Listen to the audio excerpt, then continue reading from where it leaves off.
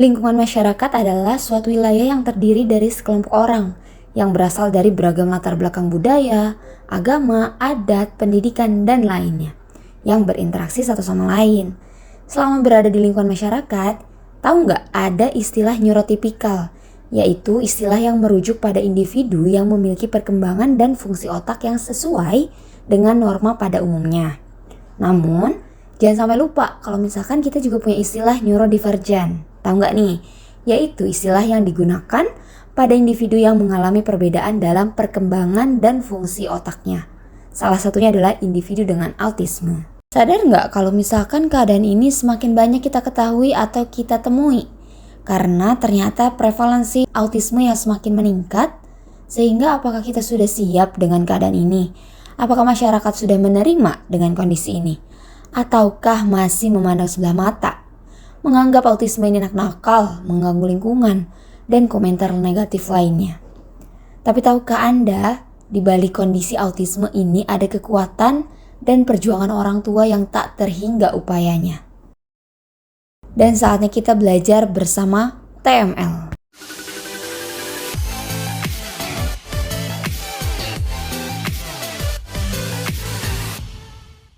Kondisi autistik ini memang banyak kekurangan, kelemahan, namun bukan berarti melemahkan, tetapi menjadi bahan bakar untuk orang tua membuktikan kepada masyarakat bahwa anak autistik ini dapat hidup layak dan mencapai kesuksesannya. Menjadi orang tua dengan anak autisme membawa tantangan unik yang membutuhkan kekuatan dan ketahanan yang luar biasa.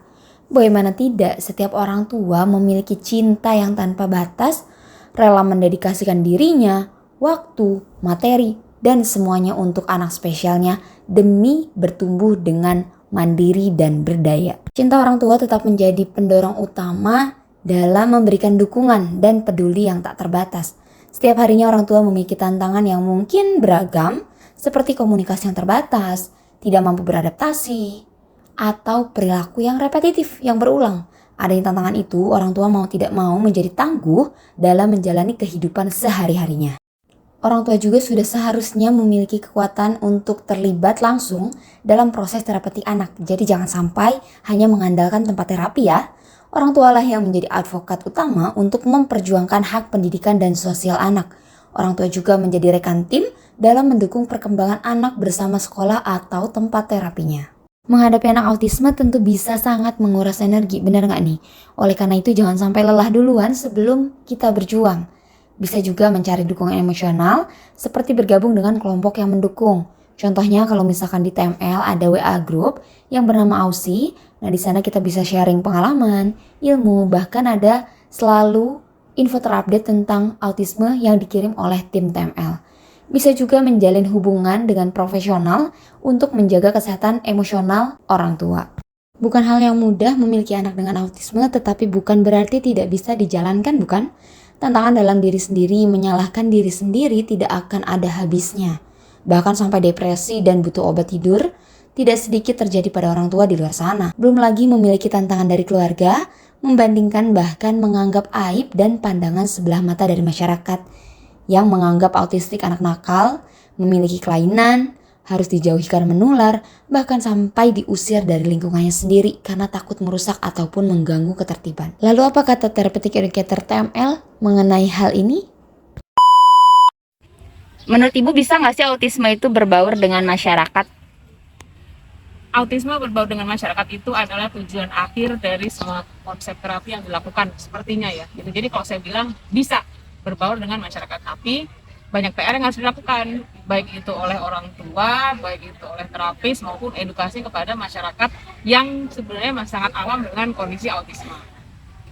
Seperti yang kita lakukan saat ini, kita membawa semua klien ke tempat umum, tujuannya adalah untuk mengenalkan mereka tentang lingkungan sekitar. Selain itu juga secara tidak langsung mengedukasi masyarakat sekitar gitu, bahwa ada loh kondisi-kondisi seperti ini yang menurut mereka secara fisik kelihatannya normal, tetapi ternyata ada perilaku-perilaku tertentu yang membutuhkan perlakuan berbeda gitu. Nah, kondisi ini yang tidak semua orang langsung bisa menerimanya sebagai kondisi yang berbeda sehingga harus diperlakukan berbeda, sehingga tanggung jawab kita sebagai praktisi yang bergerak di bidang autisme untuk mengedukasi masyarakat. PR untuk orang tua apa ya? Untuk mempersiapkan anaknya yang autis supaya bisa bergaul di masyarakat. Yang pertama, ibu-ibu lihat sendiri dulu. Ketika anak ibu di tempat umum, apakah dia sudah bisa tenang, apakah dia sudah bisa mengikuti norma sosial, ataukah ada banyak kondisi yang masih harus diselesaikan dulu nih di rumah, atau mungkin di tempat terapi. Nah, artinya ketika belum, fokus utama ibu adalah tidak untuk memaparkan dia dulu ke masyarakat luas, karena bisa jadi itu menjadi ancaman. Jadi memang ada tahapannya ketika mau mempersiapkan putra-putri ibu memasuki ke lingkungan umum lah atau tempat umum. Tapi kalau misalkan belum, yang tadi saya sampaikan itu sama sekali belum bisa, Bu. Anaknya masih teriak-teriak, masih lompat-lompat, masih lari-lari, berarti butuh aktivitas lain untuk memenuhi kebutuhan dia. Jadi memang ada tahapannya ketika bekerja dengan anak autis yang mana sebagian besar aspek mereka itu belum selesai, artinya ada prioritas terlebih dahulu nih sebelum kita lompat kepada kebutuhan aspek sosial. Nah, ini adalah contohnya dari tim TML. Jadi kami turun langsung ke masyarakat, ngajak anak-anak ini ke taman. Nah, jadi menurut Ibu, kalau misalkan anak autisme itu bisa berbaur sama masyarakat nggak? Bisa banget sih. Iya, bisa banget. Jadi orang tua yang masih takut ataupun ragu, coba deh perlahan. Kalau misalkan sudah dirasa lebih tenang, sedikit-sedikit bisa diajak ke tempat yang umum seperti itu. Nah, ini dia contohnya.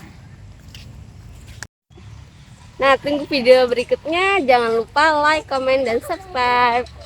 Sampai jumpa.